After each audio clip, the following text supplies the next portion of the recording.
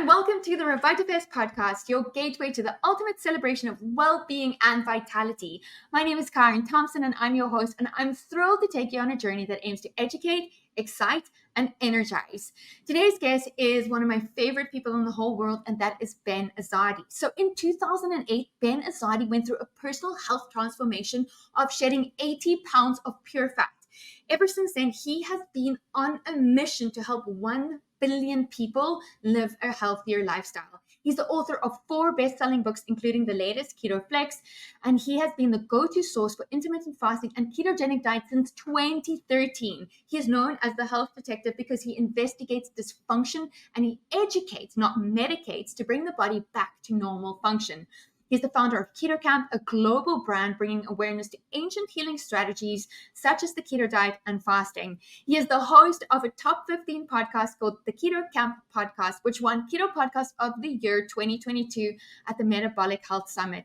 Ben is a keynote speaker who most recently delivered a keynote lecture for Ketocon 2023, and he has been featured in Forbes, LA Weekly, Disrupt Magazine, New York Times Magazine, LA Entertainment Weekly, and so many other places. I cannot wait for you to hear this magical conversation that I had with Ben. Thank you for the introduction. Thank you for having me. I love what you're doing too, Karen.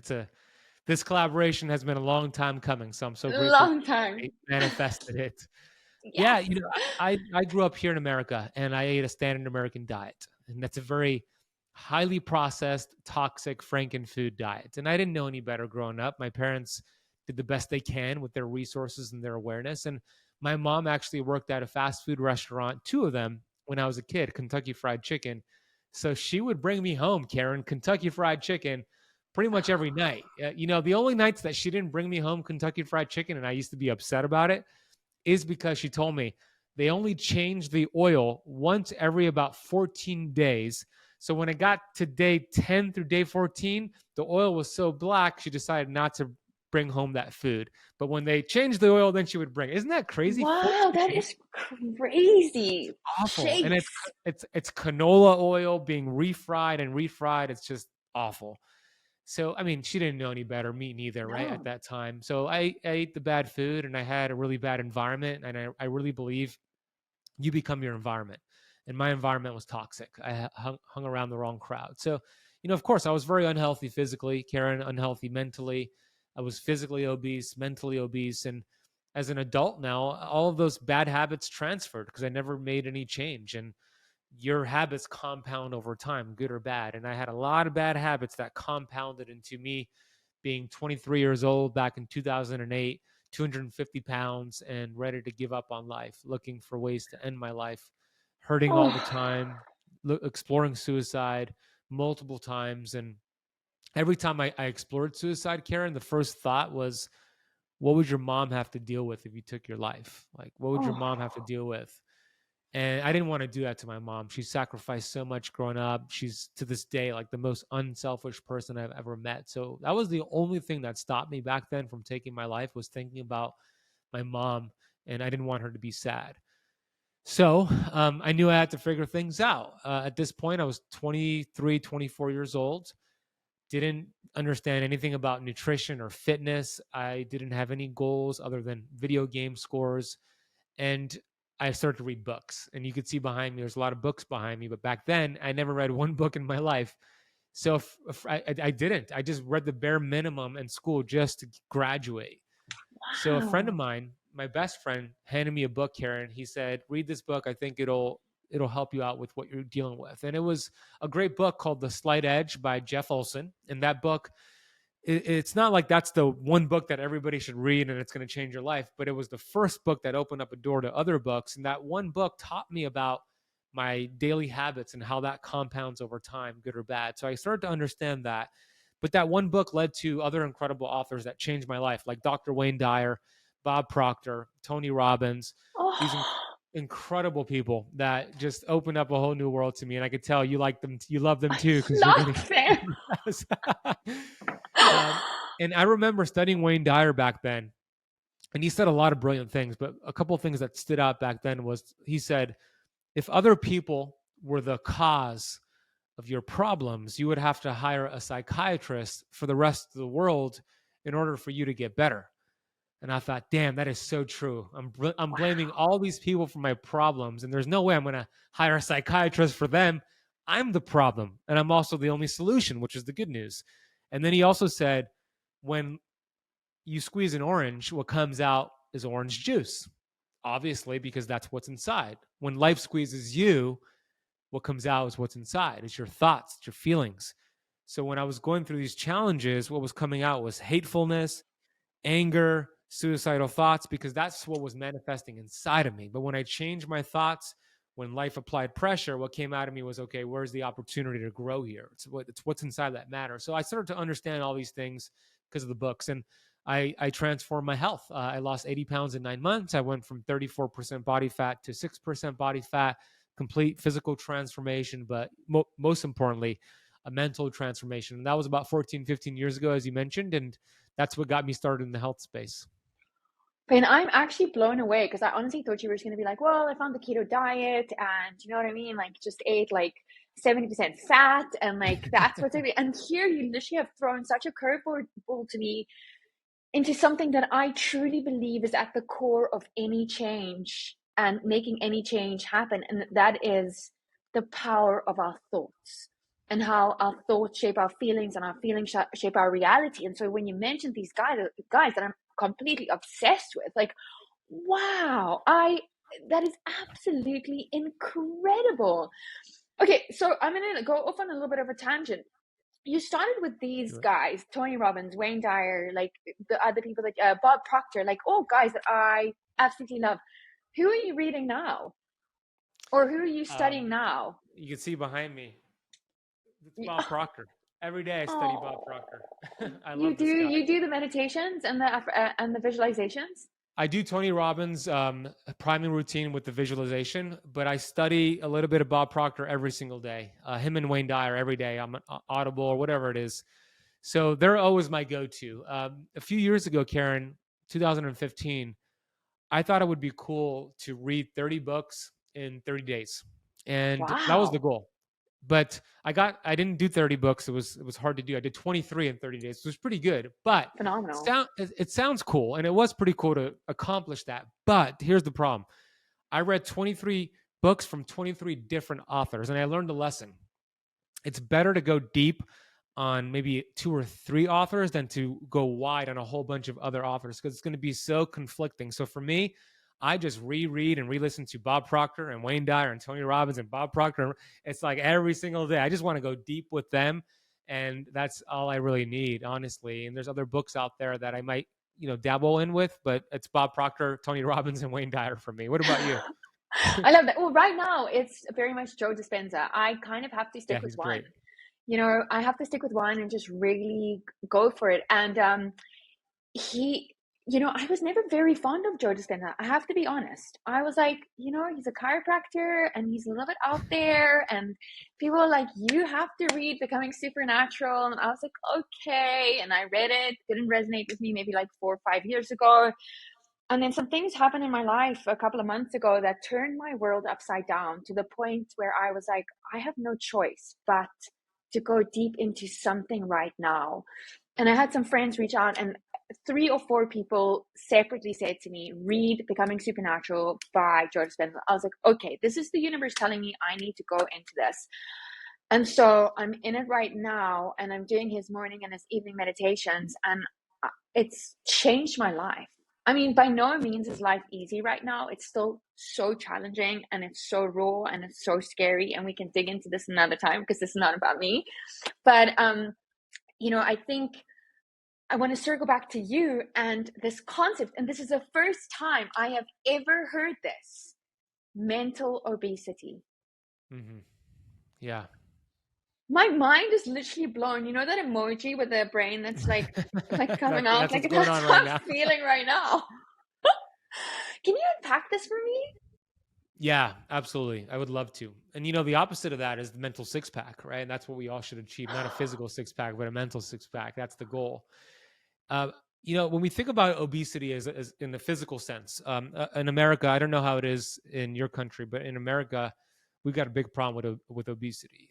Harvard put out a study a couple years ago, an article projecting that by the year 2030, about 50% of American adults will be obese, not just overweight, but obese. It's half the population. And there's a lot of different thoughts towards obesity. Is it because people are eating too much and not moving enough? They're too sedentary. Maybe it's a toxicity issue. There's a lot of different thought process. I think it's not really about what the person is eating. I think it's about what's eating them. I think it's about their toxic thoughts. I think it's about a lack of purpose. And when you don't have a goal that you're striving for, you're going to fill that void with toxic habits. And this reminds me of Robert Heinlein, one of my all-time favorite quotes. You're going to love this one, Karen. Robert Heinlein said, "In the absence of clearly defined goals, we become strangely loyal to performing daily trivia until ultimately we become enslaved by it." Daily trivia, because we lack goals, is the number one cause, I think, of obesity and this dysfunctioning body that we see out there. So the mental six pack is understanding that, like you said, your thoughts become things. And if you have 60,000 thoughts per day, which the average person does, and Dr. Bruce Lipton has proven your thoughts have the ability to communicate with your DNA to produce a protein, that means we have 60,000 opportunities every day to put the body in either an inflammatory state or an anti-inflammatory state. So either you're going to have a mental obesity problem or a mental six-pack thriving solution. So for me, it's what's going on the inside. I know you could agree because you already shared that. It's everything. I think it's 95% of the equation is what's going on inside versus all the external stuff. Oh man, I absolutely love this. I feel like this is just mind-blowing. And I've heard a lot of your videos, and I follow you on social media, on Facebook and Instagram. And I mean, you talk a ton of sense, but I've never heard this. And I wonder if maybe it's just because I wasn't ready to hear it, for it to come out. But I think this is the key. And Ben, especially now, I have two boys, two teenage boys. And not to share too much about them, but because I like to keep that side of my life very private. But I feel that our kids are suffering post-COVID, just in general in the society. And we live in the United States now with Oh, this okay. lack of purpose, with this lack of like goals, and with this lack of just direction. So this concept of mental obesity and this mental six-pack, I think, can translate so beautifully to the younger generation, where it makes so much more sense, right? For them to strive to this. How do you work with younger people at all? Not so much. I have a Keto Kamp Academy, and there's some young Yeah. people in there. But to your point, the younger generation is key because that's our future. And what happened the last 3 years, it's like the opposite of the direction we want to go down. So with your teenage boys, I don't have kids yet, but me and my fiance, we plan on having kids. It's like the thought of, just what's happening in the world is it's scary, right? And it's the opposite of the direction that things should be. So to give you an example, when I lacked goals, when I was not clearly defined on my goals, I had a lot of addictive behaviors to sugar and alcohol and toxic people in my life. I had a lot of destructive behaviors because I wasn't clear on my goals. This is in my teenage years, early 20s. Once I got clear on my goals, then I just transferred all the energy I was putting into my addictions into my goals, and it turned into a superpower for me. So when we think Yeah. about like sugar addiction, and you talk a lot about this, Yeah. it can be a superpower as long as we harness it towards the right direction, right? So I got clear on my goals, and now it's a superpower for me where I study all the time, I create content, and I love what I do. And I'm so committed because I have all this energy that I was using on bad behaviors. Now I'm using on good things. So for your kids and for, all the children out there in the world, it's so important for them to identify what is important to them. The Greeks call it your telos, which is a higher aim. And the cool thing about a higher aim in your telos is that it's unique to that person. Somebody could want to be the greatest mom in the world, and that is their highest value. And that is a worthy ideal. It's a beautiful ideal, and you could just be the best mom in the world, which is amazing as long as you're striving towards that goal. Or it could be being the best podcaster or the best keto educator or whatever it is. But once you're clear on that goal, as long as you're closing the gap, I believe you're going to be happier and healthier and successful, and it's contributing towards a positive world, not towards what we've seen in the last 3 years. Oh my gosh, I'm so freaking impressed with you and this message that you're sharing today. It's really like I'm kind of caught me off guard in a really wonderful way. I have to tell you, like, it's really magnificent. I love the simplicity of it. I love just how real it is and how it gets back to what the truth is. I'm a firm believer in, working with sugar addiction and obese patients, inpatient in South Africa for a very long time. It was never really about the food. It was never really about the substances. Sure, it has those physiological responses, but it was about finding out what is eating you. Why are like what is eating you. But okay, my next question is very much related to what we are going to be talking about. And it's a question that's kind of simple, but also super complex. And everyone has a different answer. And this is what I'm setting out to answer through this podcast. And that is, what is health? Like, how do you define health? It's a really important question and a tough one at that. Yeah. It's a great question. My answer is not going to be short. Great. Go for it. I would define health as perfect health, meaning I strongly believe in God, but if anybody gets offended by that, you could substitute that word for Mother Nature, love, the universe, whatever it is. I believe God created the human body to be self-healing and to thrive, not to survive. So when we think about symptoms and disease, we've been brainwashed to believe that symptoms and diseases and diagnoses are evil and we should hate them. We should put a Band-Aid on them, when in fact, they're actually beautiful gifts from God, beautiful gifts from the innate intelligence, showing us that we did something to put the body out of homeostasis. We created this interference, and the body's going to show you a symptom or 20 symptoms to align you back where you need to be. It's the body's check engine light, and thank God we have this system. Otherwise, we would essentially be driving blind, and we just, die essentially, like without even knowing, without a warning sign. So, perfect health, the question of health is waking up with amazing energy levels, being able to focus, being able to do what you love to do, and you are symptom free. There's no brain fog. There's no extra 30 pounds of weight, because it's not a weight problem, it's a weight symptom, right? There's no symptoms going on. You are symptom free. The check engine light is turned off and you are living your life. You don't have to even think about any of the symptoms you were dealing with before.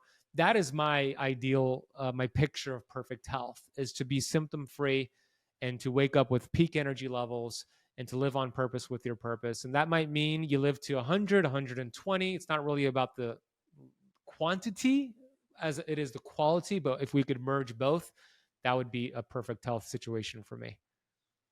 Oh, I love that. I love that so much, because it focuses on purpose. It focuses on like the physical component, and it just brings it all together. And I love what you said about the universe and God and bringing that sense into life, because I think it is so important and something that we don't speak about often enough.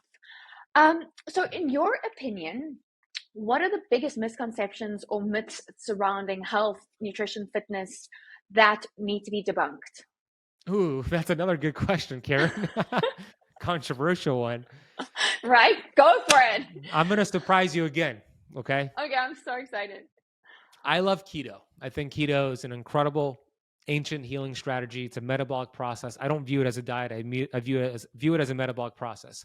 However, when we think about diets, whether it's a keto diet, a carnivore diet, a vegan diet, a paleo diet, I think all diets work, just not long term. Meaning, I don't think we should stick with any diet long term.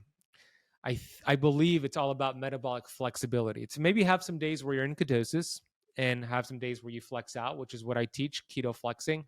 So I think health over dogma is important. And where we get into trouble is where we put ourselves into a box and say, I'm keto and I'm always keto. And I don't think we should do that. I'm carnivore and we're always carnivore. I don't think we should do that. Our ancestors always varied their foods based off of season and availability. I think we should do the same thing. So I want to throw that out there as something that has been a big misnomer when it comes to, especially the keto space, that we should do keto forever. I don't essentially agree to that. Number two, another thing that I want to debunk is a lot of people teach still to this day that if you want to lose weight, you just have to eat less and move more. And while there is a valid point to calories matter. I am not saying they don't matter. I don't think they're as important as we have been led to believe. I think it's more important than calories, hormones, and the way those hormones communicate with your cells. So inflammation. So I think calorie counting and focusing too much on calories is a big distraction. I used to do it for many years. I think we should focus more on hormones and cell inflammation. So those are two big ones right there. And then I'll throw in one more. A big thing out there that I teach is avoiding vegetable oils, seed oils, and what that does to create inflammation. I I see you're agreeing with me. I think Big time. yeah, I think they're even more inflammatory than sugar and even some say smoking. I remember 100%. when I interviewed Dr. Kay Shanahan, who wrote the book Deep Yeah. Nutrition. She said they're worse than smoking cigarettes and sugar because they stick around longer, and it's estimated the half-life of linoleic acid is about 680 days. So I think one of the best things we can do is to avoid those hits, the seed oil hits that we take all the time when we're at restaurants. Something that I do, Karen, that used to drive my fiance crazy, but now she's come around to my side, is at restaurants. I used to always, and I still do, I ask the server, what oil do you use to cook your Yeah. food in? And they're always going to say like a canola or a soybean or some sort of vegetable oil blend. I always tell them I'm allergic, and I always tell my students to do the same thing. But here's the thing: I've taken it a step farther because I tell my students to say this same thing that they're allergic, but they, Uh-huh. for whatever reason, they feel awkward or they feel embarrassed. They don't do it. So I created this, which you can't really see, but it's called a seed oil allergy card. And Nice. it says, I'm allergic to these oils. Please don't use them. Instead, use these healthier alternatives. And I have my students just show this to the server. And anybody could get this for free. It's at seedoilcard.com. It's a free download. Perfect. I love that. That is so freaking cool. Okay, take me through what a day in your life looks like when it comes to like what you consume mentally and physically. You know what I mean? Like food, thoughts, Yeah, education. I want to hear it. absolutely. I would be happy to. I protect my first hour and a half when I wake up. I think that's the most important time to protect. The first 90 minutes when you wake up, and then the 90 minutes before bed are really, really crucial. The subconscious mind, Dr. Joe teaches this, right? The subconscious mind is highly impressionable during those times. So that's a good time to get in your meditation, to get in your affirmations, to get into your Yeah. gratitude journaling. So I am big on gratitude, Karen. I call it vitamin G. I have t-shirts Oh, that say vitamin G gratitude. I think it's so important. It's changed my life. So first thing I do is gratitude. I haven't missed a day in years. I have notebooks stacked on notebooks just filled with gratitude. I keep them all because it's a reminder of beautiful. all the things I appreciate. And I really believe like when you focus on what you appreciate, it appreciates and expands and you get more things to appreciate. So gratitude, goal setting is first thing I do. And then I walk my dog as the sun rises here in Miami with my fiance. So I get some morning sunshine. And we're both doing affirmations in our head as we walk. So it's kind of like a walking meditation sort of thing. And then I get back and I do my red light. I make my coffee. I listen to Bob Proctor, Wayne Dyer, etc. And so it's an hour and a half every morning. And then I start my day and come into my office and turn on the computer, etc. And then I'll fast until 12 or 1, break my fast. I do really good with more carnivore-ish meals, although I'm not always carnivore. And then I Yeah. close my eating window by like 6 p.m. and I'll fast until the next day. And I go to bed usually around 9:30 p.m. That's amazing. I wish we could. Well, I'm excited that you and your fiance are gonna have kids because honestly, it just sounds like you guys are such beautiful humans. And I've seen pictures of her, and I saw your engagement. And congratulations on that. I know it's Thank a you. while ago now, Thank but you. how incredibly exciting are those? You know, it sounds similar to my day for sure, and Yeah. so I really appreciate that. It definitely, I know that when I get out of that rhythm and it's so easy to stop doing those meditations and things, that so much changes for me. So I think that's absolutely beautiful. So what aspects of health do you believe are essential? And we've gone through this, but I just want you to like tone it, like just bring it down to maybe points. Mhm. Which aspects of health do you believe are truly essential for a perfect state of health? Yeah. Another great question, Karen. Uh, your environment is the most important thing because arguably it starts with the environment because your environment determines your habits. Then your habits determine your results. And then your results, of course, determine whether you're healthy or not. So it starts with your environment. So I would say the most important thing is to do an audit on your environment and put people in your life into two different categories: people that are charging you up and supporting you and rooting for you. It might be a small list, beware. Yeah. And then put people on a different category that they're draining you. They're complaining, they're gossiping, they're telling you, why do you want to do all this? And you feel drained after you speak to them. Put them on a list. And then you identify who are the chargers, who are the drainers. And you just want to spend more time with the chargers. As you do that, it'll change your thoughts. Your thoughts will change your actions. Your actions will change your results. So it starts with your environment. I really believe you got to protect your environment, whether that means you stop watching the news every day, which is essentially like fear porn. It's keeping people in fear 24/7. Or maybe that means spending less time with people that you spend time with now because they're gossiping or they have inflammatory thoughts that rub off on you, and then you have inflammatory thoughts. But your environment is key here, because it's going to be very difficult to change your thoughts and change your habits and your results if you're not changing your environment. Very, very difficult to do. It reminds me of the crabs in a bucket story. When you put 50 crabs in a bucket and there's no lid on that bucket, let's say you leave those crabs overnight, come back the next morning, you look into the bucket, all 50 crabs are still there, and you're wondering, why did they not escape? There was no lid. They tried. A few of them tried to escape, but every time a crab tried to break free, the other crabs would see it, claw at that crab, and drag it back down. No crabs would escape. This is true. This is what crabs do to each other. You could leave them there without a lid, and we have people in our lives that are crabs in a bucket that are not letting us break free. That is incredible. And I love what you said about making those lists and realizing that the list of people truly supporting you and wanting you to thrive and succeed, is going to be incredibly small. Mm-hmm. And that, to me, in my life, I think has been one of the hardest things, because I can be so naive, because I really, truly have a huge heart, and I really, truly want everyone to be successful. And I will do just about anything to help people be successful, but not everyone shares our heart, right? And so to realize that that is not the case, and to really take a long, hard look at who we surround ourselves with, is so, so important. What else do you have? I love that. What else is important? You're definitely a charger. I can tell you that. You've got an amazing energy. I feel energized talking to you. It's like you could feel your energy. It's definitely, I feel it vibrating from you. So you're definitely a charger. I love that. So are you. I'm like, I just want more of him. I love it. It's a great conversation. Yeah. Another thing I would add to it is it's also recovery time, right? Restorative time. That means sleep, and sleep is not sexy to talk about, but it's mandatory. We need to sleep. And a lot of people, unfortunately, are not getting quality sleep. They're not tracking their sleep. They have no idea.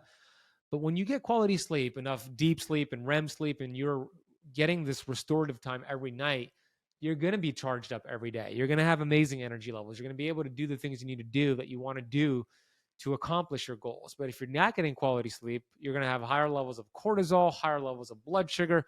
You're going to have higher levels of the hunger hormone ghrelin, lower levels of the satiety hormone leptin, like all bad things. And I was reading a study from the University of Chicago that showed in healthy men, after 7 days of sleeping 5 hours or less, they had blood sugar levels of those who were pre-diabetic just from poor sleep in 7 days in healthy men, because of what it does to destroy our hormone health and raise cortisol, and glucose follows cortisol. So sleep is going to be important. And the cool thing about this day and age that we live in, we have, like, I have the Oura Ring, we have the Whoop Band, and we could kind of biohack our sleep, meaning you don't necessarily have to sleep for 8 hours. You could sleep for 5 hours, as long as, let's say, 2 hours is deep, 2 hours is REM sleep. Like, you should feel great.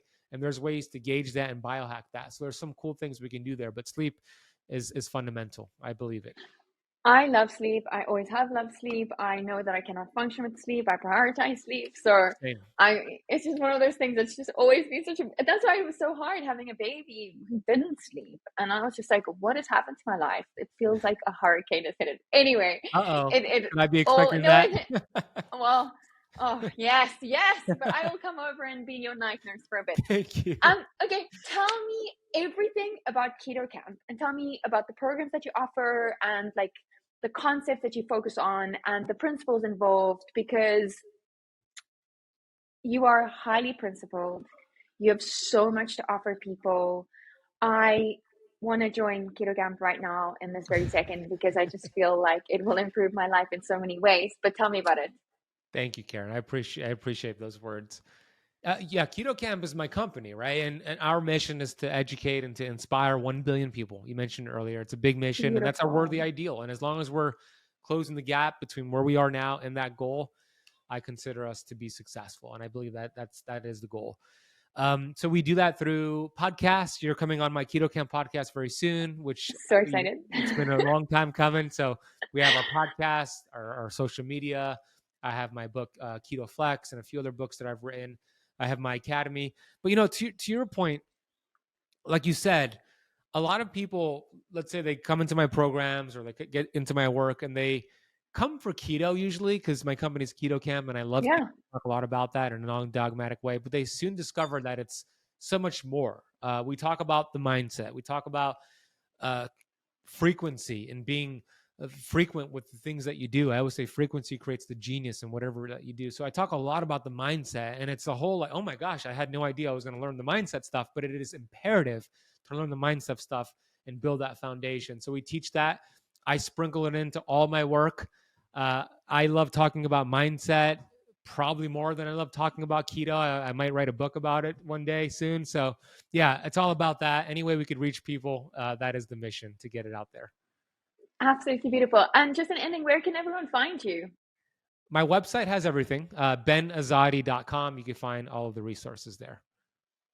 Perfect. Well, Ben, thank you so much for coming on today. I'm so excited for us to have our next interview for the festival. I think it's going to be fantastic, especially based on today's interview. You are such a bright light in the space. I am blown away by everything that you do. I have no doubt that you're going to reach your mission of changing 1 billion lives. And I'm just so excited to be here and watch your journey unfold. Thank you, Karen. I appreciate you. I'm grateful for our collaboration. Your upcoming summit's going to be amazing. So let's continue collaborating and changing lives. Wonderful. Okay. Ben, oh my God, you're phenomenal, dude. Seriously. I love your energy. So much. I love your energy. I think we played really well. Feeding off like each other. it was great. I was so, I've been following you for a long time, and it's so weird that I've never stumbled across the mindset stuff, and maybe I just wasn't ready to hear it, but wow. I'm so glad we're on the same page. I could tell you do the work as well. I sprinkle it in all my lectures. I sprinkle it in there. It's not the majority of what I teach yet, as of right now, but it's definitely sprinkled in there. So yeah, it's a surprise to a lot of people. Do you think for the summit interview, we could focus on mindset? I would love instead. that. Or you do a workshop. I don't know which one you would prefer. There's an option to do a workshop, or we can do an interview. Do you want to think about it and let me know what you think would serve you best? So when you say workshop, do you mean to present with like slides? Is that what you mean? Yeah, and to help people go through a process of like, maybe they're sitting there and like, how do you understand your purpose? How do you connect with yourself? Like what are the questions that you could be asking yourself in order to get to that point? Yeah, I love that idea. I have some things I could put together for that. Let's do that, and we could focus it on mindset, and then we could talk about what that does, first of all, to heal the body, and then some practical ways to fix the mindset, fix the thoughts, and get your body in this anti-inflammatory state. I would love that. It's one of those moments right now that it at the end of Joe Dispenza's meditation, he says, and if you made contact with the divine, may there be a sign. And today, this conversation made me feel that this is making contact with the divine, and that this is a sign. Because Wow. honestly, you've warmed my heart. It's been such a privilege being on here with you. I'm just speechless. Thank you. No, I received that. Thank you. Thank you for joining another episode. It would mean the world to me if you subscribe to the podcast and left a review. Also, our podcast is all about promoting the upcoming 2023 virtual festival, RevitaFest, an extraordinary blend of health conference and music festival. Our vision is so simple. We want RevitaFest to become the top global health festival, exceeding all others in size and fun. In 2023, we are bringing together leading healthcare professionals, scientists, researchers, and visionaries from around the world to share captivating lectures, interviews, discussions, and workshops.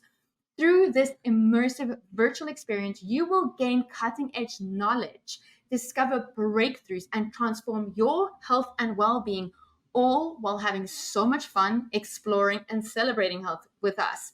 So, are you ready to be a part of this extraordinary journey? Stay tuned to the RevitaFest podcast, where we will keep you in the loop about this event. And also remember, your health is your greatest asset. And by prioritizing it, you can unlock the full potential of your well-being. To secure your spot at the upcoming RevitaFest virtual event, please visit revitafest.com, book your ticket, and join us in the celebration and exploration of health.